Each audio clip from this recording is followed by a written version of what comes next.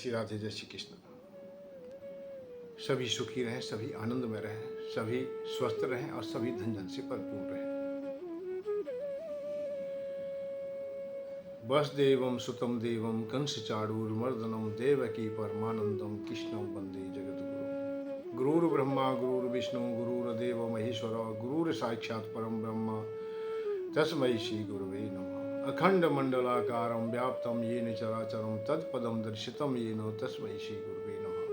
सच्चिदानन्दरूपाय विश्वेत्पत्त्यादिहेतवे सच्चिदानन्दरूपाय विश्वेत्पत्त्यादिहेतवे तापत्रय विनाशाय श्रीकृष्णाय वयं नमः। जगद्गुरु भगवान कृष्णम् अथ ज्ञान गुरुवे नमः। शिक्षा गुरुश्च रामदासे युवराजे नमो नमः। यह भागवत हरि रूप इसका जो सदा चिंतन करे, वह भक्ति ज्ञान वैराग से हो पूरे उससे यम डरे। ममता घटे विपुदा मिटे और संपुदा घर में भरे।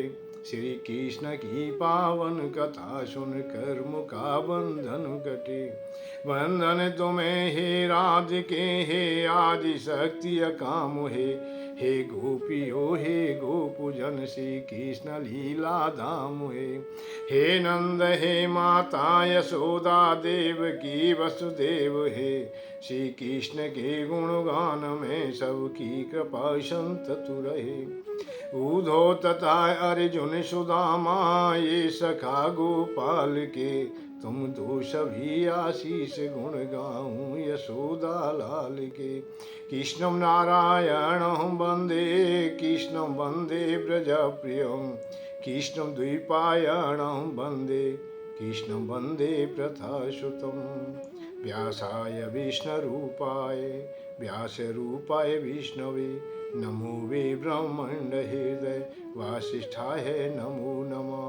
नारायणं नमस्कृत्यं नरं चैव नरोत्तमं देवीं सरस्वतीं व्यासं ततो जयमुदीरये।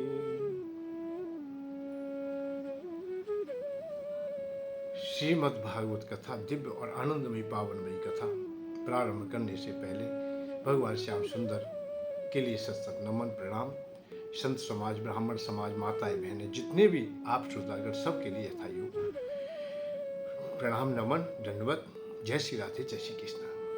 श्रीमद् भागवत कथा पर आधारित भक्ति ज्ञान वैराग्य में प्रवचन आप लोग निरंतर श्रवण कर रहे हैं और ये प्रवचन गंगा माँ की धारा के समान निरंतर आपके आंगन में बह रहे हैं। जैसे गंगा माँ कल कल की आवाज से बहती हुई जाती हैं, बड़ी आनंदित होती है, क्योंकि श्रीमद् भागवत कथा उनके ही किनारे पर श्रवण कराई जा रही है राजा परीक्षित को। बड़ा आनंद है। भागवत की गौणिकता उनके नामकरण के लिए आप लोग श्रवण कर रहे थे। श्रीमद् भागवत कथा में 7 शब्दों का उच्चारण किया गया है, श्री से लेकर के तरण अर्थात तरण मोक्ष तक। श्री मा दा भा गा व ता, इन 7 शब्दों की व्याख्या आप लोगों ने विस्तार से सुनी और आप लोगों के हृदय तक वो संदेश पहुंचा भी होगा। श्रीमद् भागवत कथा की गौणिकता क्या है, इस पर विशेष करके बात चल रही है कि भागवत को हम श्रवण करें तो उसके लाभ क्या मिलेंगे हमें। वैसे श्रीमद् भागवत कथा तो बहुत दिव्य कथा है। यही अनिवार्यता नहीं है कि आपके पास शरीर है, देह है, तो ही आपको लाभ करेगी। एक भागवत ही ऐसा मार्ग है जिनके पास देह नहीं रही है, शरीर छूट चुके हैं, वर्षों पहले जो मर चुके हैं, उन आत्माओं को भी शांति का मार्ग देने में सक्षम है तो श्रीमद् भागवत कथा है। इसके लिए बात आती है कि जैसे देवर्षि नारद ज्ञान वैराग्य को कथा सुनाने के लिए जब गंगा माँ के किनारे ले गए हैं, हरिद्वार पहुंच गए हैं, गंग द्वारे समुपीते तटमानंद नामक आनंद नामक घाट है, वही श्रीमद् भागवत, वही सनकादिक ऋषि आ जाते हैं। तो उनके सामने ये बात रखी गई। देवर्षि नारद ने कहा है कि भागवत से ही क्या होगा, मैंने बहुत तप किया था, वो भी मैंने तर्पण किया है, मैंने व्रत उपवास जितना भी किया उसका सबका मैंने प्रयत्न किया, उनको मैंने दान किया, इनके लिए संकल्प छोड़ा है, फिर भी इनको वो शांति का मार्ग नहीं मिला, तो भागवत से क्या होगा। तो यह सनकादिक ऋषि उनको सांत्वना देते हैं कि देवर्षि जी आप लोग ठहरिए, आप समझिए कि कोई ना कोई तो बात ऐसी विशेष होगी जो संतों ने, महात्मा सबने कहा है कि भागवत में क्या गौणिकता है। अरे भागवत तो स्वयं भगवान का स्वरूप है, क्योंकि भगवान की माधुर लीला दुनिया में कहीं भी नहीं है, किसी भी पुराण में नहीं है और कहीं भी कहीं अंकित नहीं की गई। केवल श्रीमद् भागवत कथा के अंतर्गत ही भगवान श्याम सुंदर की माधुर लीलाओं का समावेश है। और माधुर लीलाएं जब श्रवण करता है मानव तो भक्तिमय होकर के ही सुनता है, और भक्तिमय जब हो जाता है तो भगवान और उनमें कोई भेद नहीं रहता है, कोई छुपाव नहीं रहता है। अपने को दोनों उड़ेल के रख देते हैं। जैसे एक छोटा शिशु है ऐसी माँ है, उस शिशु के सामने माँ कैसे भी रहे कोई फर्क नहीं पड़ता है, और वो शिशु कैसे भी रहे कोई फर्क नहीं पड़ता है। बच्चा है छोटा, नग्न है, फिर भी कोई परेशानी नहीं है। वो माँ से रुष्ट भी है या खुश है, रोता है, जो काम करता है क्रिया करता है, परंतु उस पर कोई भी द्वेष भाव नहीं होता है। अर्थात प्रकृति उन पर हावी नहीं होती है, अर्थात प्रकृति उन्हें अपना ग्रास नहीं बनाती है। ना उनके पास काम होता है, ना क्रोध होता है, ना लोभ होता है, ना मोह होता है, ना अहंकार होता है, कोई भी अवस्थाएं नहीं होती है। तो माता भी ऐसी प्रकार से उस शिशु के सामने नहा भी सकती सर, और वही शिशु जब जवान हो जाता है तो माँ भी उनके सामने नहीं स्नान कर सकती। अपने अंगों को माँ भी ढांक लेती है और वो शिशु भी ढांक लेता है। तो यहाँ बात आती है ज्ञान और वैराग्य वाली। जो समझदार हो जाते हैं वो ज्ञानी पुरुष होते हैं।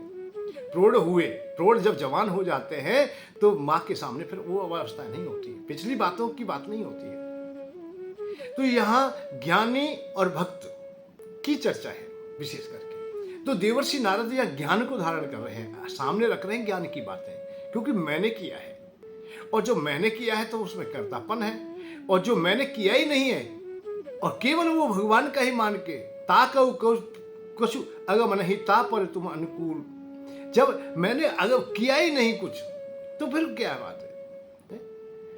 और भक्ति के हृदय में तो एक क्षण भी अलग अपने को मानता ही नहीं है।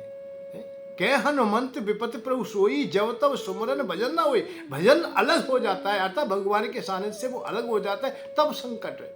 और यहाँ तो देवर्षि नारद अलग ही अलग है कि मैंने किया ना, मैं उससे ही प्रभाव से हो जाए। तो यहाँ सनकादिक ऋषि उनको इशारा कर रहे कि भागवत को आप श्रवण करेंगे, चिंता ना करें, भागवत में वो है। यानी कि कैसे मालूम, तो उदाहरण देने प्रारंभ कर दिया है कि एक आत्मदेव नामक एक ब्राह्मण होते हैं, बड़े अच्छे हैं, वेद पाठी हैं, बहुत सुंदरता से अपनी घर गृहस्थी चलाते हैं। परंतु उनकी जो पत्नी है, अर्धांगिनी है, उसका हृदय थोड़ा कड़वा है, जैसे कहते हैं खरी खरी, थोड़ा वो आवेश में भी रहती हैं, या ये कहिए कि वो आधुनिक युग को वो अपनाती है। आध्यात्मिक क्षेत्र की ओर कम ध्यान है और भोगों की ओर अधिक ध्यान है उनका। उनके वर्षों बीतने के बाद भी उनके कोई संतति नहीं हुई, कोई संतान नहीं होती है। जब संतान नहीं होती है तो पिता को चिंता भी होने लगती है, आत्मदेव जी को चिंता भी होती है कि मेरे पिता हो जाए, एक पुत्र हो जाए। भाई पुत्र की अभिलाषा तो हर पिता के हृदय में होती है। पति पत्नी दोनों रहते हैं, रोज आना बताते हैं कि बातें करते हैं, भाई हमारी एक संतान हो, आगे वंशधर हो जाए तो बढ़िया बात है, अच्छी है। पर उनकी जो पत्नी है वो अपने नाम के अनुसार ही मानव गुणों को धारण करती हो। उनका नाम है धुंधली। धीमा ने बुद्धि, अर्थात धुंधली, जिसकी बुद्धि में धूमल जमी हो, वो सही प्रकार से पति के बातों को अभी अनुसरण नहीं करती है। समय चक्र चलता है, गांव नगर के लोग होते वो उनका फिर पूछने लगते हैं, भाई तुम्हारी संतान नहीं हुई, कोई क्या संतान नहीं है तुम्हारे, कोई पुत्र नहीं है क्या? और जिनके पुत्र नहीं है वो तो बेकार आदमी है, वो तो बिल्कुल बेकार है। ऐसी बातें सामने आ गई। दिग जीवंतम प्रजाहीना, धिक्कार है पुत्र के बगैर। और गांव का तो प्रचलन है, स्वाभाविक बातें हो जाती है, माताओं बहनों में हो जाती है कि ये निपुत्री है, इसका तो मुंह भी ना देखें, मुंह फेरने लगे, अच्छा नहीं मानने लगे। तो आत्मदेव को हृदय में गिलानी होने लगी, और गिलानी से हृदय भर जाए। धिक गृह चा प्रजा बिना, धिक्कार है उस घर के लिए जिसमें संतति ना हो, धिक्कार है उस परिवार के लिए जिसमें संतति ना हो। धिक धनम चाहता पत्यस्य, धिक्कार है उस धन के लिए जिसको संभालने वाला भी कोई ना हो। धिक कुल संतति बिना, धिक्कार है उस कुल के लिए जिसमें कोई संतान ना हो। क्या फायदा है धन से, क्या फायदा है मुझे पिता होने से जिसके कोई संतान ना हुई।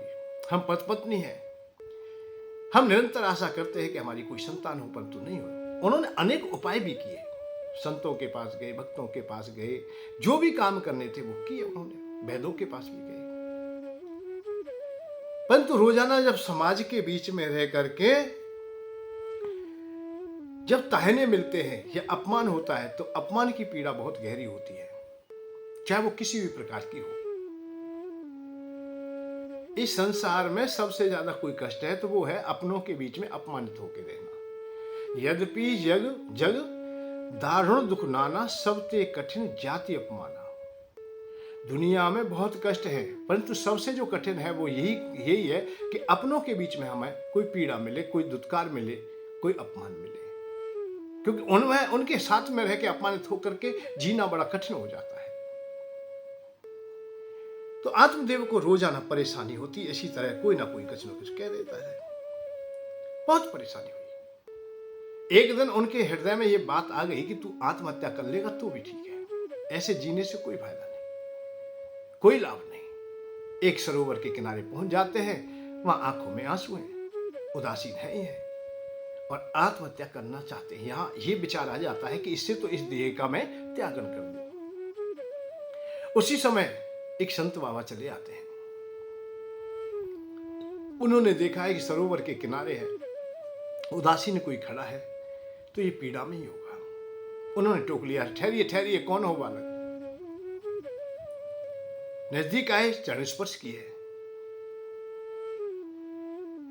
हालचाल पूछ लिया है, कहो कैसे, यहां क्यों उदासीन खड़े हो, अकेले खड़े हो, क्या बात है, और बहुत जल्दी से आ गए हो।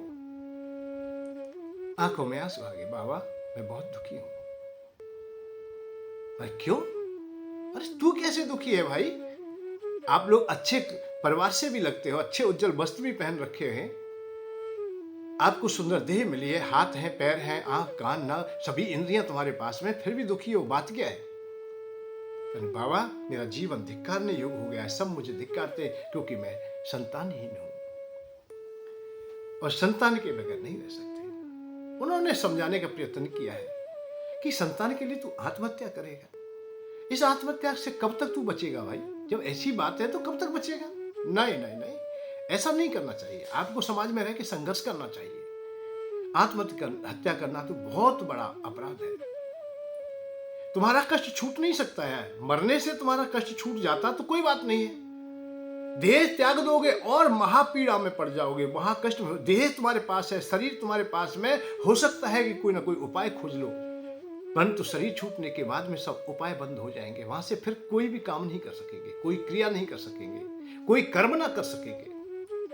जब काम कर्म क्रियाएं सब बंद हो जाएंगी, फिर तुम असहाय हो जाओगे, कुछ नहीं रहेगा, पीड़ा ही पीड़ा होगी। और जो पीड़ा तुम आत्महत्या करते समय अनुभव कर रहे हो, वो पीड़ा तुम्हें निरंतर सताती रहेगी, उससे भी तुम उड़ ना हो सकोगे। तो बाबा मैं करूं क्या? पुत्र आज सुखहीनो।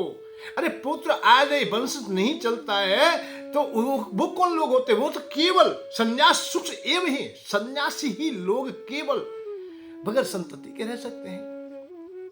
बाबा मैं तो गृहस्थी वाला हूं, मुझे तो संतान चाहिए। गृहस्थ सरसोलो के पुत्र पौत्र संबिता। अरे गृहस्थी लोग तो पुत्र पौत्रों से ही सुखी होते हैं, उनके पास संतानें होंगी तभी तो वो सुखी होंगे। संत बाबा बोले अरे चलो ठीक है, देखते हैं, कोई ना कोई भगवान हमें उपाय अवश्य देंगे। उन्होंने नेत्र बंद किए, तीसरे नेत्र की ओर चले गए और ध्यान लगा के देखा है कि पहला जन्म वही जन्म टटोल के देखा, उसमें कुछ ना मिला। द्वितीय देखा, तृतीय देखा, चतुर्थ देखा, पंचम देखा, छह देखा, सात जन्मों को टटोल के देखा है, परंतु कहीं संतान नहीं पाई। संतान मिली नहीं। आंख खोल ली, तेरे भाग्य में संतान नहीं है तो ठीक है बाबा, अब मुझे आत्महत्या करने से नहीं रोक सकते। अरे क्यों आत्महत्या नहीं करोगे आप लोग? भाई क्यों ना करूं, नगर वाले मुझे जीने नहीं देते और मैं यहां मरने के लिए आया हूं, तो आप मरने नहीं देते, मैं करूं क्या? फिर ऐसा है तो मुझे संतान दीजिए, मुझे संतान दीजिए। संत बाबा ने अपनी झोली से एक फल निकाला और फल को उन्होंने आत्मदेव को दे दिया। अरे आत्मदेव, मैंने देखा है तेरे भाग्य में संतान तो नहीं है, परंतु इस फल में वो सामर्थ्य जो भी इनसे पाएगा वो संतानवान निश्चित होगा, मुझे अटल विश्वास है। क्योंकि भगवान से हाथ जोड़ के संत बाबा ने कहा, बाबा प्रभु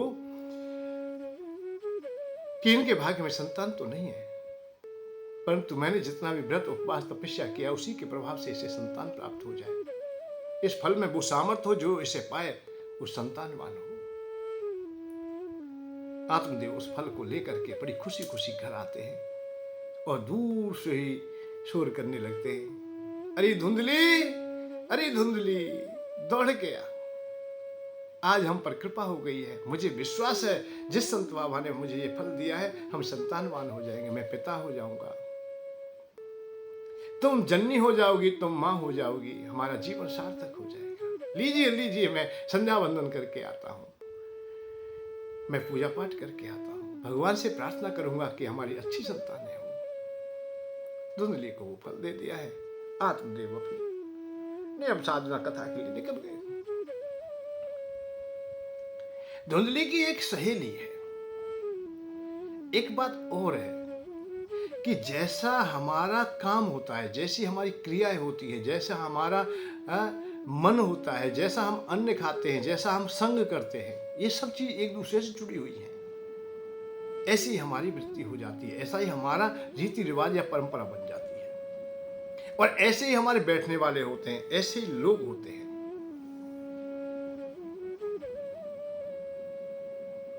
तो धुंधली की भी एक सहेली है, पड़ोस में रहती है, वो कुछ मांगने के लिए आई तो धुंधली उदासीन देखी, पूछ लिया बहन क्या बात है। कौन पूरी बात बता दी, इस तरह से मेरे पति ये फल लेके आए, आज मुझे भी विश्वास होता है, जितने विश्वास के साथ उन्होंने मुझे दिया है हम निश्चित ही गर्भवती होंगी, पर बहन मैं गर्भवती नहीं होना चाहती, बहुत पीड़ा होती है, मैंने पड़ोसन को देखा है और एक पड़ोसन तो मर भी गई थी जब प्रसव पीड़ा हुई थी, कुरूपता छा जाती है, सब कुछ अस्त व्यस्त हो जाता है, अच्छा खाना भी नहीं मिल पाता है, जब खाते हैं तो वो पच नहीं पाता है। उस अवस्था में हम किसी का सहारा लेते हैं तो वो घर को लूटने लग जाता है, नंद आदि को भी बुलाएंगे तो वो अपने पूरे घर के सामान को ही बांध के ले जाएगी, और ऐसी ऐसी अवस्था देखी जाती, चला भी नहीं जाता है, फिरा भी नहीं जाता है। उस अवस्था में यदि मेरा पेट बढ़ा होगा गर्भ के कारण, उस समय चलने फिरने में मुझे परेशानी होगी, उस समय घर में आग लग गई, मेरी झुपड़िया में आग लग गई तो मैं कैसे भग पाऊंगी, मैं जल के खत्म हो जाऊंगी, हाय मैं नहीं खाऊंगी। ये है धुंधली का विचार। धुंधली माने थी अतः जिसकी बुद्धि में धूमल जमी हो, धूमल जम गई है, पति क्या चाहते हैं उसकी ओर ध्यान नहीं है, स्वयं ही अपनी बुद्धि के अनुसार नाना प्रकार के विचार धारण कर लेती है। अभी फल खाया भी नहीं है, फल तो हाथ में है, कितनी कितनी बात सोच ली कि मेरे घर को बांध के ले जाएगी, मेरी ननद आएगी तो गांव में आग लग गई तो मैं कैसे बच पाऊंगी, कैसे भग पाऊंगी, अर्थात गांव में आग लगाने की बात पहले विचार कर लिया है। ऐसा ना करें। ये बुद्धि जिनकी धूमल होती है वो भविष्य में ज्यादा डूब जाते हैं, वर्तमान की क्रियाओं को त्याग देते हैं। ऐसे व्यक्ति भूतकाल और भविष्य को ही देखते रहते हैं, वर्तमान की क्रियाओं में तो वो आलसी हो जाते हैं, समस्त क्रियाओं को छोड़ देते हैं। जो हमारा शाश्वत धर्म है उसको भी हम त्यागन कर देते हैं, जो हमारी क्रिया संस्कृति उसका भी त्यागन कर देते हैं। पड़ोसन ने तो एक ही बात कही, गौरी बहन तू चिंता क्यों कर, तेरे पति पे बहुत धन बहुत है और मेरे तो 8-7 बच्चे हैं, मेरे पति पर उन्हें भोजन की व्यवस्था भी नहीं कर पाते, वो बड़ी गरीबी है, उनके लिए थोड़ा धन दे देना, मैं चुपके से तुझे एक बेटा दे दूंगी, और मेरे तो बेटे ही होते हैं, मेरे गर्भ में अब बेटा है, अब भी गर्भ है, जैसे ही संतान होगी मैं तुझे दे दूंगी, तुम मुझे धन दे देना। अरे बहन तूने तो बहुत अच्छी बात कही है, ऐसा ही करेंगे, परंतु पति को हम कैसे जुटलाएंगे, पर कि ये भी कोई बात है, इस फल को तू सामने देखा है, गौ माता बंधी हुई है, वर्षों से वो भी नहीं जन्नी हुई है, तुलसी का बिरबा लगाते हैं वो भी सूख जाता है, सब अभागनापन आ जाता है। मान के ठीक है गौ माता को खवाइए, जब ऐसी शक्ति है तो गौ के बच्चा हो जाएगा, दूध भी हो जाएगा, बच्चा मैं दे दूंगी, सब कुछ ठीक होगा और परीक्षण भी हो जाएगा। संत बाबा की वाणी में अर्थात इस फल में कितना कितना सामर्थ्य है। समय चक्र चलता है, गौ माता को फल खवा दिया है और धुंधली ने आत्मदेव से झूठ बोल दिया है कि मैंने फल खा लिया है। जैसे जैसे समय चलता है उसी प्रकार से अपने उदर में कपड़े बांध लेती है और पति को दिखा देती है, आत्मा को, आत्मदेव को संतुष्ट कर देती है। हम लोग अपनी बुद्धि के द्वारा इस आत्मा को हम बहुत बार संतुष्ट करते हैं, जबकि आत्मा हमारी बहुत बेकार रहते है, निर्मल है, बहुत श्रेष्ठ है। वो बहुत संतुष्ट हो जाती है कि अब के नहीं, आगे चल करके हम लोग जब रिटायर हो जाएंगे तो वृंदावन धाम जाकर के भजन किया करेंगे। आत्मा संतुष्ट हो जाती है एक बार कि ठीक है, तू रिटायर भी हो दे, अगले वर्ष तो हम कथा करा ही लेंगे, अगले बार तो हम यज्ञ करेंगे ही करेंगे। ऐसे संकल्प विकल्प लेते रहते हैं और आत्मा को हम संतुष्ट करते रहते हैं। पुत्र रूपी आनंद अता भक्ति तुम्हें मिल जाएगी, परंतु हम झुठलाते झुठलाते रहते हैं, सत्य को कभी नहीं बता पाते कि हम विषयों में ऐसे पड़े हुए हैं कि हम उस सत्य को भी हम ढांक लेते हैं। जो सत्य हमें आत्मदेव के सामने बताना था, अर्थात आत्मा को बताना था, नहीं बता पाए। समय चक्र चलता है। पड़ोस में जब बच्चा पैदा हुआ तो मानो रात्रि में धुंधली के भी हो गया, वहीं दे गई और सब कुछ ऐसा ही नाटक करके आत्मदेव से कह दिया कि तुम्हारे तो पुत्र उत्पन्न हुआ है। आत्मदेव बहुत खुश हुए। उन्होंने ढिढोली पीट दी, सब जगह बताया कि मैं पुत्रवान हो गया हूं, मैं पिता बन गया हूं, मैं पिता बन गया हूं। जो ताहने मारते थे, जो मुंह नहीं देखते थे, उन सबको पकड़ पकड़ के लाए कि मैं पुत्रवान हूं आज। चलिए मेरे, देखिए मेरे, मिठाई बांटेंगे, जलेबी बांटेंगे, अच्छे अच्छे मिष्ठान देंगे, आपको सौगात देंगे। गांव नगर इकट्ठा होता है। उसी समय गौ माता भी प्रसव पीड़ा में है। उसी समय देखते हैं कि गौ माता के भी एक पुत्र की उत्पत्ति होती है। उसमें केवल भेद यही था कि केवल कान ही गौ के समान थे, बाकी का पूरा ही मानव बालक था।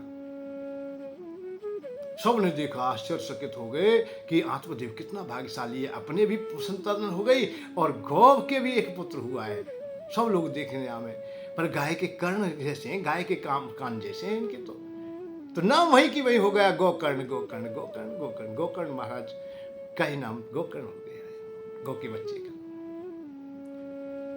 समय चक्र चलता है। आत्मदेव ने विचार किया अपने पुत्र का नामकरण भी देख ले, हम पंचांग खोलने वाले के नहीं। धुंधली बोली, पंचांग नहीं खोलोगे, इनका नाम तो मेरा पुत्र है, मैंने 9 मास अपने उदर में रखा है। झूठ पर झूठ बोलती है, मैं ही अपने अनुसार ही नाम रखूंगी। समय चक्र चलता है। पता है, धुंधली ने अपने पुत्र का नाम अपने नाम के आधार से रखा। क्या रखा? धुंधकारी।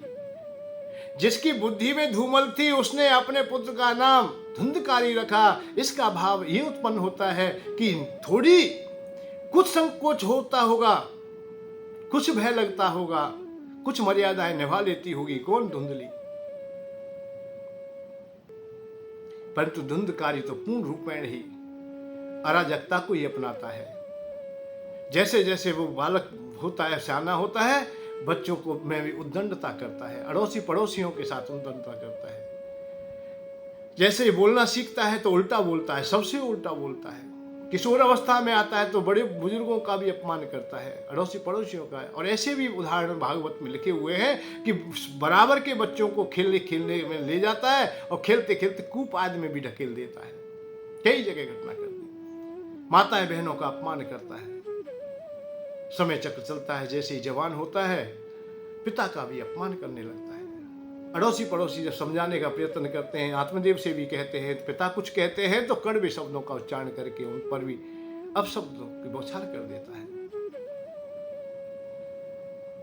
यही बात आती है कि हम संतति कैसी प्राप्त करें, कैसे प्राप्त करें, हमारी संतान रास्ता ना भटके। भाई, खेत में हम लोग अच्छी फसल लेना चाहते तो अच्छे बीज की भी व्यवस्था करें। हम उल्टा सीधा बीज ना डालें। जिस प्रजाति की फसल चाहते हैं, गन्ना चाहते तो गन्ने का ही बीज, गेहूं चाहते तो गेहूं का बीज, सरसों चाहते सरसों का बीज, जो भी धान बोलना चाहते हो उसी प्रकार का बीज और स्वच्छ बीज तुम्हें लेना होगा, तभी तो धरती मां अच्छा देगी। हम लोगों में बड़ी भूल है, इस समाज में भूल है। हम आज जो विवाह करते हैं केवल एक समझौता मात्र करते हैं।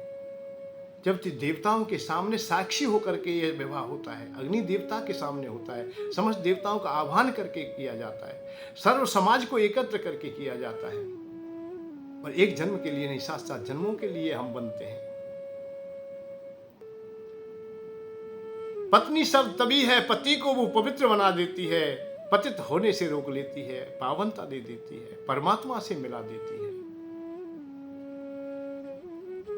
परंतु आज हम देखते हैं कि हम केवल विषयों को अर्जित करने के लिए ही समझौता कर रहे हो, केवल भोगों के लिए ही समझौता हो, और विषयों में इतना डूब जाते हैं, हम भूल जाते हैं कि हमें संतान भी चाहिए।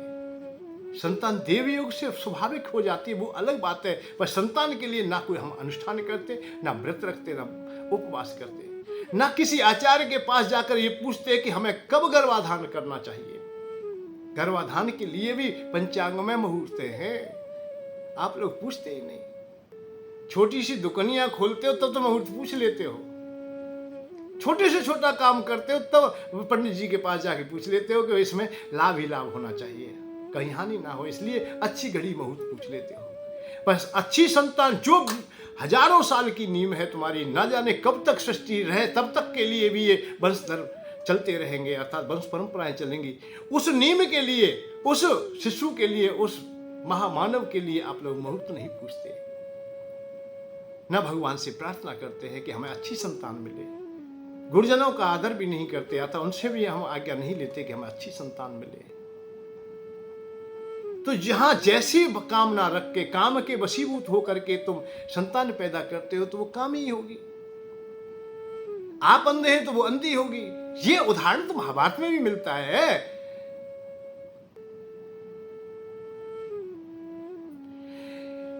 जब कौरवों का वंश डूब रहा था,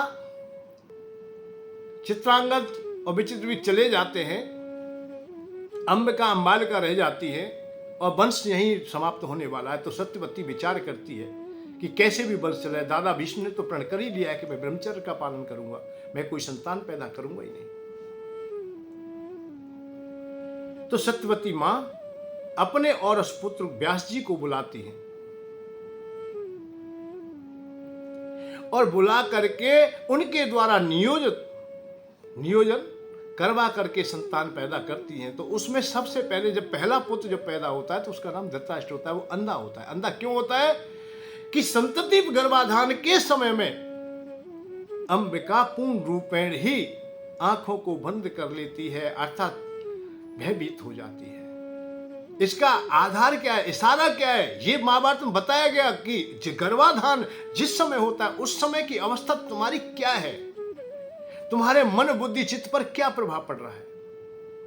आप क्रोधातिर हो या काम में ही अंधे हो या लोभांध हो, आप मोहांध हो, जैसे विषय तुम्हारे शरीर में है और तुम्हारे मन बुद्धि चित्त में है उन्हीं का समावेश होगा।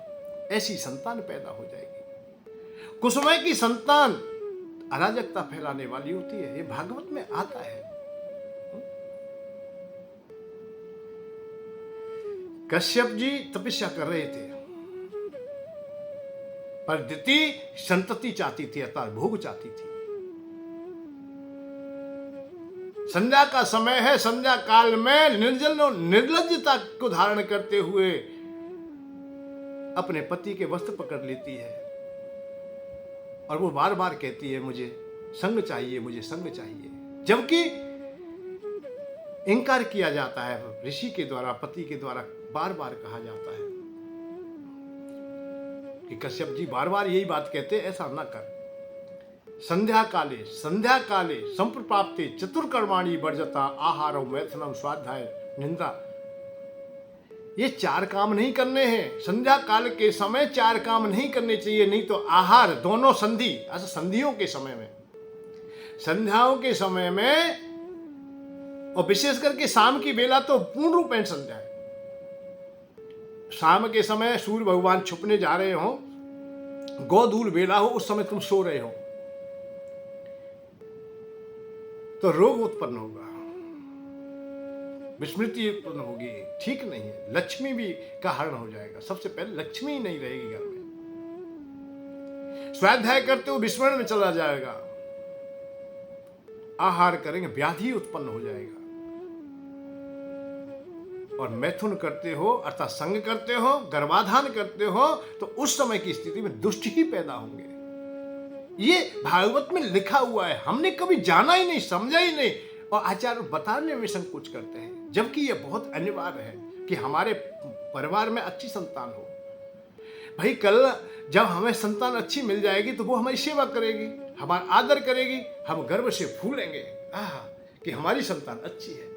संतान जब अच्छा काम करेगी, पिता के लिए सबसे ज्यादा खुशी उसी समय होती है जब संतान की बड़ाई होती है, पुत्र की बड़ाई होती है, तुम्हारा पुत्र बहुत अच्छा है, पुत्र से मैं जाना जाऊं, ये हर पिता की कामना है। अब वो पुत्र तो क्या काम का है कि पिता के नाम से जाना जाए कि ये वह फलाने का पुत्र है। इसका मतलब खुद कुछ किसी काम का नहीं है, बस गलियों में सीटी बजाता घूमता है, किसी भी काम का नहीं, नालायक है जो पिता के नाम से खा रहा है, पिता की संपत्ति पर जी रहा है, पिता के ही आधार से जी रहा है, और पिता की संपत्ति या पिता का नाम ना रहे तो उसे भीख भी ना मिले। ऐसी ऐसी संतान आज तुम देखते होंगे रात दिन, कितने लोग हैं जो पिता की संपत्ति के कारण फूलते, बहुत बड़े फूल जाते हैं, गुब्बारे की तरह फूले रहते हैं कि मेरे पास ऐसी कोठी है, ऐसा मकान है, ऐसा खेत खलियान है, इतनी प्लॉट है, इतना वो है, पर है क्या पिता की, अपना कुछ भी नहीं। पिता वास्तविकता में सत्य तो यही है कि पिता उस समय खुश होता है जब पुत्र के नाम से पिता जाना जाता है कि ये फलाने व्यक्ति उसके पिता है, उसके पिता है। ये पिता किसके हैं? उस व्यक्ति के हैं, उस पुत्र के हैं, बहुत अच्छी संतान है इनकी। पिता चाहे कैसे वीर है पर पुत्र बहुत अच्छे हैं। उस पुत्र पिता को पूछिए कितनी खुशी होती है उनके हृदय में। अरे वीर हो, दानी हो, ज्ञानी हो, है अच्छी नौकरी सर्विस करने वाला हो, बढ़िया काम करता हो और चारों ओर से बड़ाई मिलती हो तो पिता बहुत खुश होते हैं। तो ऐसी संतति के लिए हमें प्रयत्न करना चाहिए, देवताओं से प्रार्थना करना चाहिए, समय की प्रतीक्षा करनी चाहिए। आत्मदेव की संतति विपरीत हो गई। कौन सी? आत्मदेव सुत धुंधकारी, अति पापी नीच अत्याचारी। अति पापी है, नीच है, अत्याचारी है आत्मदेव का संतति।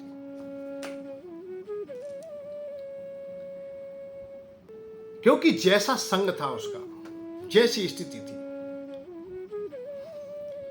परंतु उधर देखेंगे हम लोग गौ माता से जो संतति पैदा हुई, दोनों भाई दोनों साथ में खेलते थे दोनों, परंतु विचारधारा दोनों की अलग है। उसकी चारों ओर बड़ाई हो रही है, वो शीलवान है, गुणवान है, हर गुण थे उनके पास में, भक्ति मार्ग भी था क्योंकि संत बाबा का प्रसाद था वो, और गौ माता के गर्भ से पैदा हुए हैं। गौ माता सुत अति गुणकारी, भजय प्रेम से हरि हरि, गोविंद हरि गोपाल हरि, जय जय प्रभु दीन दयाल हरि। बड़े प्रेम से भजन करते हैं, शिष्टाचार और मानवता को अपनाते हैं। समय चक्र चलता है, इतना अपमान कर देता है एक दिन पिता का कि पिता घर छोड़ के चले जाते हैं। कथा यहां थोड़ी देर विश्राम चाहती है कि आत्मदेव उस समय भी आत्महत्या कर रहे थे जब संतान नहीं थी, और आत्मदेव आज भी आत्महत्या कर रहे हैं जब संतान है।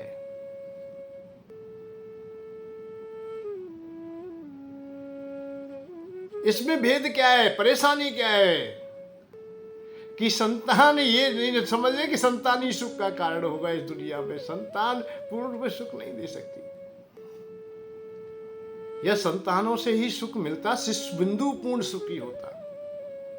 इस दुनिया अर्थ से ही सुख मिलता तो रावण सबसे सुखी होता, दीवारें भी सोने की थी उनकी। यदि अर्थ से ही यदि सुख होता, रावण सबसे सुखी होता, और पुत्रों से ही यह सुख होता, शिशु बंधु पूर्ण सुखी होता। और रावण की भी बात करते हैं तो रावण के पास में भी 1 लाख पूत 1.25 लाख नाती, कितने लंबी संतानें हैं, परंतु वो कभी भी सुखी नहीं दिखाई दिया। जो मिला उसी ने फटकारा है, उसी ने दुत्कारा है, उसी ने जाने क्या क्या बोला है। तुलसी बाबा के एक दिन बताया मैंने, श्वान तक कह दिया है कि तू तो श्वान मात्र है। हनुमान जी ना जाने क्या क्या कह के आते हैं। भाई आज कहते हैं मंत्रिमंडल का जो मिला, पत्नी मिली, बच्ची, कोई भी मिला, उसी ने फटकारा उसे। वो कभी सुखी था ही नहीं। दिव्य स्त्रियों का संग है, नाग कन्याएं, देव कन्याएं, मानव को सब कन्या, सबसे विवाह किया है, परंतु वो वहां भी संतुष्ट नहीं था, वहां परेशान था। जब अपनी बहन के मुंह से ये सुना कि शोभा धाम राम असनामा तह के संग नारी एक श्यामा, रूप रास विधि नारी समारी, रत सत्य कोट तास बलहारी, बड़ी सुंदर नारी आई है का दंडक वन में आप लोग, और मैं तुम्हारे लिए लेने गई थी, तभी वहां लड़ाई हो गई। ये दोनों उसी बात का है। तो रावण ने और कुछ सोचा ही नहीं, और कोई बात ही नहीं कि उस स्त्री को ही लेके आऊंगा, मेरा बदला भी निकल जाएगा। मेरी बहन का अपमान किया, मैं उसकी पत्नी का हरण करूंगा। तो सुखी तो वहां दिखाई नहीं देता है। जाके डर सुर असुर डराही, निष्ठा नींद दिन अन्न न खाई, सो दस शीश स्वान की नाई, कुत्ते की तरह जा रहा है।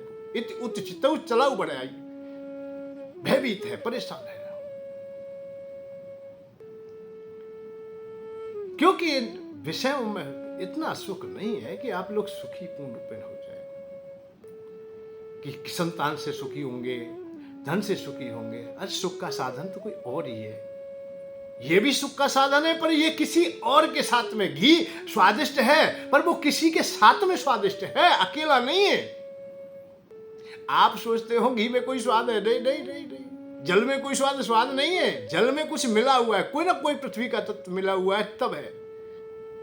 भाई नमक मिला है या और कुछ मिला है, खनिज, कोई खनिज होगा उसके साथ में, तो वो तुम्हें स्वाद बनाएगा। ऐसे घी को किसी में मिला दिए, स्वाद आ जाएगा।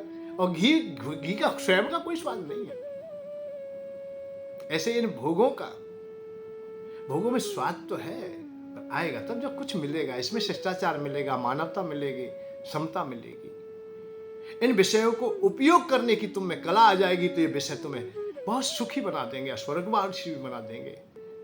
पर ये कला ना सीख सके तो सब बेकार हो जाएगा। लवण विषय दो एक से, जो कोई जाने डार। नमक और विषय दोनों एक से है, जो कोई इनका उपयोग करना जानता है, फिर देखिए कैसा आनंद आता है। यदि नमक को आज को तुम जान, नमक, भाई भोजन में नमक डालते हो आप लोग, कितना डालते हो? भाई थोड़ा स्वाद के लिए। अच्छा, नमक को नहीं डालते तो स्वाद नहीं आता है, भोजन अधूरा रह जाता है। नमक के बगैर भोजन नहीं है, पर नमक भोजन नहीं है, ये आप जानिए। ऐसे विषयों के बगैर ये दुनिया नहीं है, पर दुनिया विषय नहीं है। विषयों के बगैर दुनिया नहीं है, पर दुनिया विषय नहीं है। समझने का प्रयत्न करेंगे आप लोग। ऐसे ही धुंधकारी तो इतना अंधा हो गया कि पिता का अपमान करता। पिता एक दिन रो रहे थे, गोकर्ण सामने से आ गए, देखा पिताश्री क्यों रो रहे हो? तेरा भाई बड़ा दुष्ट है, उसने मुझे अपमानित किया है, अड़ोसी पड़ोसी सबको गिरता है, मर्यादाएं तोड़ देता है, और तोड़ दी हैं। आज तो उन्होंने मेरे ऊपर हाथ भी उठा दिया है। गोकर्ण सम हो गए। अरे पिताश्री, इस दुनिया में कौन किसका पुत्र है? हम आते हैं और सब बिछुड़ जाते हैं। जैसे बहते हुए जल में अनेकों तिनके आपस में मिल जाते हैं, संयोग और वियोग इसी प्रकार से यहां होता रहता है। आज हम तुम्हें दिखाई देते हैं, कल ना रहेंगे। भूतकाल में पहले भी नहीं थे, अब भविष्य में भी ना रहेंगे। कुछ समय के लिए हम आए हैं। सत्य तो वही है जो परमात्मा को पाले, सर्व परमात्मा की ओर चला जाए। उस सत्य को जानने का प्रयत्न कीजिए, वही सार्थक है। अपने को भगवान के लिए समर्पित कीजिए, वहीं से शांति का मार्ग मिलेगा। गोकर्ण ने जब ज्ञान भरी बातें कही, अच्छी अच्छी बातें कही कि ये दुनिया तो फंसाने वाली है और इसी तरह दुख पाते रहोगे तुम, आप जीवन में कभी सुखी हुए ही नहीं, क्योंकि आप लोग मोह को धारण करते रहे। मोह सकल व्याधिन कर मूला। जब पुत्र इतना दुख दे रहा है, इतना सब कुछ आप स्वीकार कर रहे हो, सहन कर रहे हो, क्यों? क्योंकि मोह के कारण। अरे त्याग दीजिए, सुखी होना है तो इसमें कोई किसी का नहीं है। गोकर्ण त्रिकालदर्शी थे, बहुत श्रेष्ठ थे। उन्होंने फिर मां की करतूत भी बता दी कि इस तरह से ये संतति तुम्हारी नहीं है। तुम्हारी संतति तो मैं हूं, जो संत बाबा ने दिया है प्रसाद वो तो मैं हूं। आप पिताश्री आप चले जाइए। पुत्र की बात मान ली, आत्मदेव चले गए। आत्मा से आत्मा जब मिल जाए, पुत्र का मतलब भी आत्मा है, संतति का मतलब भी आत्मा है। चार पुत्रों की बात नहीं, या तुम्हारी सचमुच में संतति है तो वो तुम्हारे हृदय तक पहुंचेगी। आत्मा से आत्मा का मिलन हो गया और परमात्मा से मिल गए। आत्मा, महान आत्मा और परमात्मा। आत्मदेव आत्मा है तो गोकर्ण महान आत्मा है, और महान आत्मा ने रास्ता बता दिया है आत्मा को कि परमात्मा की ओर चले जाइए, अब छोड़ दीजिए। आत्मदेव चले जाते हैं, गोकर्ण भी वहां से तीर्थाटन के लिए चले जाते हैं। समय चलता वो भी छोड़, क्योंकि देख रहे हैं कि माँ का व्यवहार भी ऐसा ही है और भाई का भी व्यवहार ऐसा ही है। दोनों केवल अपने तन को पोषने में ही लगे हुए हैं, तन को ही पुष्ट करने में लगे, और कोई काम नहीं है उनके पास। जबकि शास्त्र कहता है कि ब्राह्मण का तन विषय भोगों के लिए नहीं है। यह तन कर फल विषय न भाई, स्वर्ग स्वल्प अंत दुखदाई। ये ब्राह्मण का जो तन मिला है तुम्हें और ये मानव जीवन मिला है, ये केवल विषयों के लिए नहीं है। अरे अंत में विषय तो तुम्हें दुख देने ही वाले हैं, क्योंकि विषयों में कोई शांति का मार्ग मिलता ही नहीं। ये तो दाद खाज खुजली के समान है। खुजाते समय थोड़ा अच्छा लगता है, जैसे खाज किसी की हो गई है, पर बाद में बहुत पीड़ा देती है। ऐसे ये विषय है, थोड़ी देर के लिए अच्छे लगेंगे परंतु शाश्वत शांति नहीं दे सकते, बहुत पीड़ा देते हैं। तो पिता चले गए और गोकर्ण भी चले गए। धन की चाह रहती है किसको? धुंधकारी को, क्योंकि विषय हो गया है, ज्यादा विषय अपनाता है। और ये सत्य है बात, जब आदमी रास्ते से भटकता है तो विषय में परिणत हो जाता है। जब भगवान से हट जाता है, भगवान का मतलब शिष्टाचार व्यवहार मानवता से जो हट जाता है, तो उसके पास में अराजकता ही रह जाती है, दुष्टता ही रह जाती है। भाई बढ़िया काम नहीं करेगा तो कुछ करेगा, ये प्रकृति का नियम है, तो फिर बुरे काम करेगा। पिता भी चला गया, सब शराब पीने लगा, मांसभोजी हो गया, रास्ते से भटक गया। और यहां तक अवस्था आती है, भागवत कहती है वेश्यागामी हो गया। 5 पत्नियों का संग करता है, 5 पत्नी ले आया, वेश्या ले आया और घर में रख लिया। धन ज्यादा चाहिए था, एक ने माँ को मारा है, पीटा है, माँ भी आत्महत्या कर लेती, कुआं में कूद के अपने प्राण कर लेती है।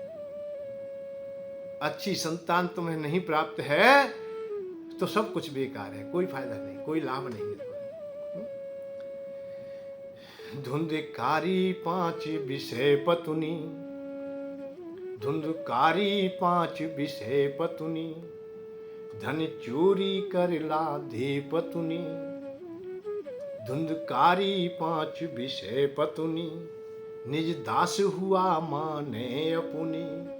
धन चोरी कर लाधे पत्नी, स्वर्ण पुटुरी धरी धरी। गोविंद हरि गोपाल हरि, जय जय प्रभु दीन दयालु हरि, जय जय प्रभु दीन दयालु हरि। धुंधकारी 5 विषय पत्नी।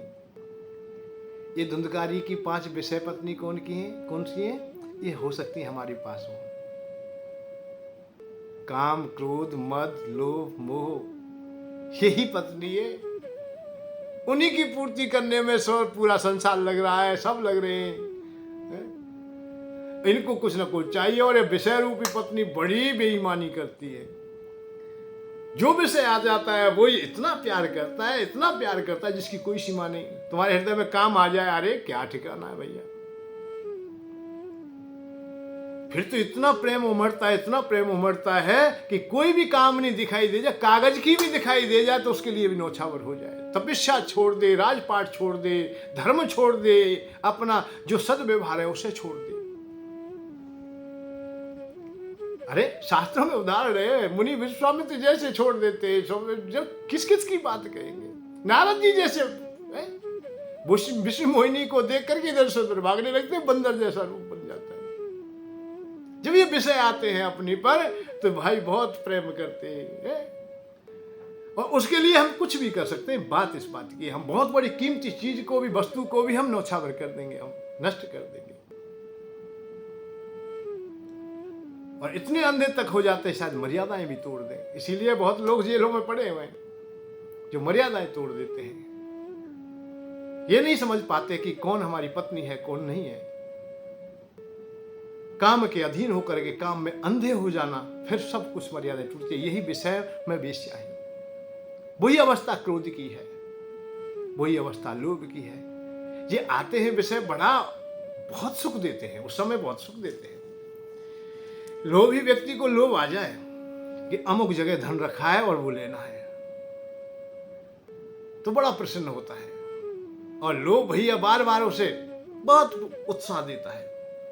चिंता ना कर, ले आ, बैठे ठाले ही बहुत धन मिल जाएगा, खूब आनंद लेना, होटल चलेंगे और बोतल खोलेंगे वहां पर, वहां अप्सराएं भी मिलेंगी। नाना प्रकार के लोभ देते हैं। मकान बनाएंगे, दुकान बनाएंगे, ऐसा करेंगे, और पड़ोसी को हम देख लेंगे, उसको देख लेंगे, एक बंदूक लाएंगे, बहुत बहुत बातें वो होती है। ये लोभ देवता जब आता है तो बहुत खुश करता है तुम्हें, और फ्री में खुश करता है, सब कुछ फ्री में देता है। अपने पास से कुछ नहीं देना पर देना फ्री है, और तुमको ऐसा लाचार कर देता है, चोरी करवा देता है। और पकड़े जाते हैं जो एक सेकंड के लिए, एक पल के लिए भी नहीं ठहर पाता, तत्काल छोड़ के चला जाता है। तुमने देखा होगा चोर जो कहीं पकड़ गया है तो वहां अब लोभ नहीं है उसके हृदय में, अब तो त्यागी महाराज है, बैराग्य आ गया है। आप कितना भी ले लीजिए पर मुझे छोड़ दीजिए, आप कितना भी ले लीजिए मुझे छोड़ दीजिए, ये अवस्था आ जाती है उसकी। ये विषय है, विषय तुम्हारा साथ भी नहीं देंगे। वही अवस्था है धुंधकारी की। ये 5 विषय पत्नी है, ये इनको अपनी तो मान लिया है कि मेरी है, पर ये सदैव नहीं रहने वाली है। क्योंकि वेश्या का मतलब विषय ही है। जो तुम्हें प्राप्त हुआ है वो और किसी को भी होगा। किसी के पास से तुम्हारे पास कोई विषय आया है तो ये निश्चित कैसे हो जाएगा वो स्थिर तुम्हारे पास रहेगा? नहीं रह सकता। ये प्रकृति की गुणवत्ता है। एक दिन जब ज्यादा चोरी करके कहीं से राजा के धन को ले आया तो उन वेश्याओं ने रात में विचार किया है कि राजा के सेवक लोग आ रहे होंगे, सिपाही लोग आ रहे होंगे, हमें भी पकड़ लेंगे, और धन हमारे पास में हो गया। 5 बतरा लिया आपस में। मैंने क्या करें, मैंने कि सब मार दीजिए और गाड़ दीजिए। और ऐसे पति की बात करते हो, ऐसे पति तो बहुत है। जार पति का क्या है, कितने भी पति ले लो, धन तुम्हारे पास है, ऐसो आराम लेंगे। सोते को आए दबाया है, जो कर्म कियो सो पाया है, फिर बार बार पछताया है। रात्रि में सो रहा था, चारपाई से बांध दिया। मरने में नहीं आता है तो ऐसा आता है भागवत में कि जलती हुई अग्नि उसके मुंह में ठूंकती है। जला दिया है उसे, और आंगन बड़ा छटपटाया, बहुत छूटना चाहता था, नहीं छूट पाया। सोते को आए दबाया है, जो कर्म कियो सो पाया है, फिर बार बार पछताया है। तेरे मुख में अग्नि भरी भरी, गोविंद हरि गोपाल हरि, जय जय प्रभु दीन दयाल हरि। छटपटा प्राणांत हो जाता है। उसी को गड्ढा खोद करके आंगन में बांध दिया है, और 5 विषय भाग गए। वेश्याएं जो चली गई धन लेकर के। धन लेगा विषय नष्ट, तुम्हारे धन को नष्ट करके विषय चले जाते हैं, फिर कोई नहीं पूछने वाला है। समय चक्र चलता है। कभी वर्षों के बाद में गोकर्ण अपने गांव में आते, नगर में आते हैं, और देखते हैं अपने ही घर में जहां पहुंच के प्रवेश किया है, वहां अब ना तो माँ रही है, ना कोई भाई रहा, ना कोई बंधु रहा है, वो घर ही घर है। अपने घर में रात्रि में सो गए। उसमें देखते हैं कि नाना प्रकार की आवाजें आती हैं। कभी भैंस की आती हैं, कभी गौ की आती हैं, कभी गीदड़ की आती है, कभी सिंह की। नाना प्रकार के जानवरों की आवाज है, नाना प्रकार के पशुओं की आवाज है, नाना प्रकार के पक्षियों की आवाज है, कभी जलचर नवचर, नाना प्रकार की आवाजें निकलती हैं। समझ में नहीं आता भाई कौन है, क्या बात है। तो कमंडल से जल लिया है, गोकर्ण ने मंत्रित करके छीना है। भाई कौन है तू, बोल बता, क्या परेशानी है तू? एकाएक ही कर्ण भरे शब्द निकल पड़े, गोकर्ण भैया मैं तेरा भाई हूँ, मैं धुंधकारी हूँ, मैं महाप्रेत हो गया हूँ, मैं वेश्यागामी हो गया, मैं मदरा पान करने वाला हो गया, मैं मांस भोजी हो गया, मैं रास्ते से भटक गया, मैंने पिता का अपमान किया, मैंने माँ का अपमान किया, मैंने आपका अपमान किया, मैं अधोगति को प्राप्त हो गया हूँ, मैं महाप्रेत हो गया हूँ भैया। मुझे एक पल के लिए कभी भी शांति नहीं मिलती, मैं बहुत दुखी हूँ, मैं बहुत पीड़ा में हूँ, मेरे लिए कोई तो उपाय के लिए। रोता है, बिलखता है। ठीक है, मैं कोई ना कोई तरह लिए शांति का मार्ग खोजूंगा, प्रातः काल होता है, नगर वासियों को सबको एकत्र करते हैं, बुलाते हैं कि भाई इस तरह से मेरा भाई प्रेत हो गया है, उसके लिए आत्मकल्याण का मार्ग कोई हो तो बताइए। सब लोग अपने अपने विचार रखते हैं, पर गोकर्ण जैसे ज्ञानी को कौन विचार दे सके कि गोकर्ण से ज्यादा समझदार हमें तो कोई दिखता नहीं भैया नगर में। गोकर्ण भगवान सूर्य की उपासना कर रहे हैं। उसी समय उन्हें प्रेरणा प्राप्त हुई, आकाशवाणी हुई, सूर्य भगवान ने उन्हें बताया, अरे गोकर्ण, तू श्रीमद् भागवत कथा का पाठन करवा दे अपने भाई के लिए। श्रीमद् भक्ता भक्ति सप्तान वाचन कुरु। 7 दिन का अनुष्ठान कर दे तू अपने भाई के लिए, श्रीमद् भागवत कथा सुना दे उसे, उसका उद्धार हो जाएगा, कल्याण हो जाएगा। गोकर्ण महाराज यही संकल्प लेते हैं और श्रीमद् भागवत कथा उन्हें सुनाते हैं। श्रीमद् भागवत कथा दिव्य और आनंदमयी पावनमयी कथा बहुत सुंदरता से गोकर्ण जी ने कही है। इसे अच्छी प्रकार से सुना जाए, श्रद्धा पूर्वक सुना जाए, प्रेतात्माओं को हम आह्वान करें, उन्हें बुलाएं, निश्चित आती हैं और सुनती हैं, उनका कल्याण भी होता है, उद्धार भी होता है। मैंने अपने जीवन में श्रीमद् भागवत कथा का जब पाठन किया है, उस समय मैंने अनुभव किया, आत्मा आती हैं और वे श्रवण करती हैं, उनका उद्धार भी होता है। ऐसे कई प्रमाण जो आजकल काल में प्रमाणित होना बड़ा कठिन होता है कि धर्म कितना सटीक है, आप जो क्रियाएं कर रहे हैं वो कितनी सटीक हैं या कितनी प्रैक्टिकल में उतरती हैं। और ऐसी अवस्था में कोई प्रैक्टिकल मिल जाए जिसे हम लोग उदाहरण सहित समझ सकें, उसे हम लोग इन आंखों से देख सकें, मन बुद्धि चित्त से अनुभव कर सके, ये बड़ा कठिन काम होता है। परंतु ऐसा देखने को आया है कि आत्माओं का उद्धार होते हुए श्रीमद् भागवत कथा के अंतर्गत अनेक लोगों ने भी उनका अनुभव किया और देखा है। तो भागवत कमजोर नहीं है, भागवत में बहुत बड़ी सामर्थ्य है। केवल एक ही शर्त है इसकी कि श्रोता और वक्ता दोनों की आवश्यकता है। दोनों इन विषयों को सम करके ही कथा श्रवण करें और कथा सुनाई जाए सही प्रकार से। अब लोभ के वशीभूत होकर के या दोनों कर रहे होंगे तो भी नहीं चलेगा, काम के वशीभूत अहंकार के वशीभूत नहीं चलेगा। गुरु लोभी शिष्य लालची दोनों खेले दाव, दोनों खेलने में लग जाए तो भैया कथा क्या करेगी इसमें, फिर तो कथा का तुम अपमान ही कर रहे हो। गुरु ऐसा चाहिए कुछ ले नहीं, और शिष्य ऐसा होना चाहिए कुछ रखे नहीं। शिष्य तो पूर्ण रूप में समर्पण हो जाए और गुरु लोभ में पंडित ना हो जाए। बस इन बातों को ध्यान रखें तो श्रीमद् भागवत कथा क्यों नहीं हमें आनंद देगी, निश्चित देगी। आज भी वही सामर्थ्य है, क्यों भगवान की सामर्थ्य कभी छोटी बड़ी नहीं होती। सूर्य भगवान जिस समय से पृथ्वी मां को तपाते आ रहे हैं, अतः प्रकाश देते आ रहे हैं, अरबों साल हो गए, हजारों करोड़ों साल हो गए, कभी भी वो छोटे बड़े नहीं हुए, इसीलिए उनको नारायण कहा जाता है। तो परमात्मा की सत्ता, परमात्मा छोटे बड़े नहीं होते, बूढ़े या जवान नहीं होते, और सत्य कभी छोटा बड़ा नहीं होता है, ऊंचा नीचा नहीं होता। सत्य तो सत्य है क्योंकि ये पूर्ण है, और जो पूर्ण है वही तो पूर्ण है, अपूर्ण की बात ही नहीं। पर परमात्मा को मिलने का कोई मार्ग है तो वो यही है कि समर्पण हो जाए, न्यौछावर हो जाए, आपका हृदय भगवान से मिल जाए, भगवान तक पहुंच जाए, भगवान तुम्हारे हृदय तक आ जाए। बस इसी प्रकार का प्रयत्न करें, और इसमें शर्त केवल यही है कि भक्ति को अपने हृदय में धारण करें। ये श्रीमद् भागवत कथा प्रारंभ से ही बताती है। श्रीमद् भागवत कथा गोकर्ण जी ने कही तो एक दिन में एक ग्रंथि और दूसरे दिन में दूसरी ग्रंथि बांस में बैठाया गया था, अर्थात बैठ गए थे, स्वाभाविक ही बांस लग रहे थे जैसे पांडाल बनाया उन्होंने। आज तो प्रचलन हो गया कि बांस ही में बैठेंगे प्रेत, वो स्वाभाविक बात है, जैसे भी स्थान तुम दोगे वहां बैठ जाएंगे। एक दिन की कथा से एक ग्रंथि टूट जाती है, इसी तरह से 7 ग्रंथि टूट जाती हैं। इसका भाव भी यही है, विस्तार से तो मैं किसी दिन और भी बता दूंगा, परंतु श्रीमद् भागवत कथा एक दिन से की कथा सुनने से एक विषय रूपी ग्रंथि हमारी टूट जाए, अर्थात सम हो जाए। हम काम में परिणत हैं, हम काम में अंधे भी हो रहे हैं, हम काम में डूबे पड़े हैं। पहले दिन की कथा सुन करके काम को हम सम कर दें, दूसरे दिन में हम क्रोध को त्यागे, तीसरे दिन हम मोह को त्यागे, लोभ को त्यागे, अहंकार को त्यागे। इस तरह से विषयों को सने सने सने सने हम त्यागते चले जाएं।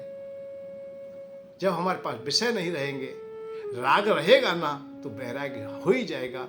और जब वैराग्य हो जाएगा, वहाँ ज्ञान के चश्मे फूट उठेंगे, चारों ओर से चुने लगेगा ज्ञान। और ज्ञान जब परम अवस्था में आता है तो भगवान के हृदय में ही समाता है। इसी को मोक्ष और आनंद कह देंगे आप लोग। परंतु होगा कब? जब श्रीमद् भागवत कथा को समस्थिति होकर के आप सुनोगे, भक्ति से सुनोगे। विशेष करके वर्णन आप लोग सुनते रहेंगे निरंतर। श्रीमद् भागवत कथा दिव्य और पावनमयी कथा है, आनंदमयी कथा है। इसका आनंद निरंतर लेते रहें। यह भागवत हरि रूप इसका जो सदा चिंतन करे, वह भक्ति ज्ञान वैराग्य से हो पूर्ण उससे यम डरे। ममता घटे विपुदा मिटे और संपुदा घर में भरे। श्री कृष्ण की पावन कथा सुन कर्म का बंधन कटे। बंधन तुम्हें हे राधिके, हे आदि शक्ति अकाम हे गोपियो, हे गोपजन श्री कृष्ण लीला धाम हे नंद, हे माता यशोदा, देव की वसुदेव हे। श्री कृष्ण के गुणगान में सबकी कृपा संततु रहे।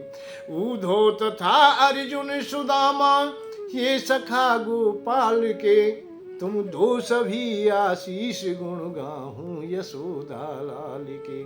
कृष्णं नारायणं वन्दे, कृष्णं वन्दे व्रजा प्रियं, कृष्णं द्वैपायनं वन्दे, कृष्णं वन्दे प्रथासुतम्।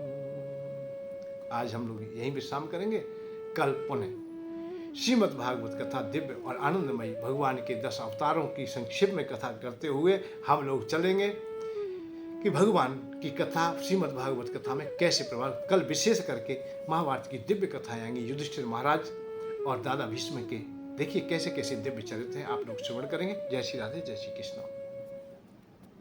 धन के साथ धर्म की ओर, सुख की खोज।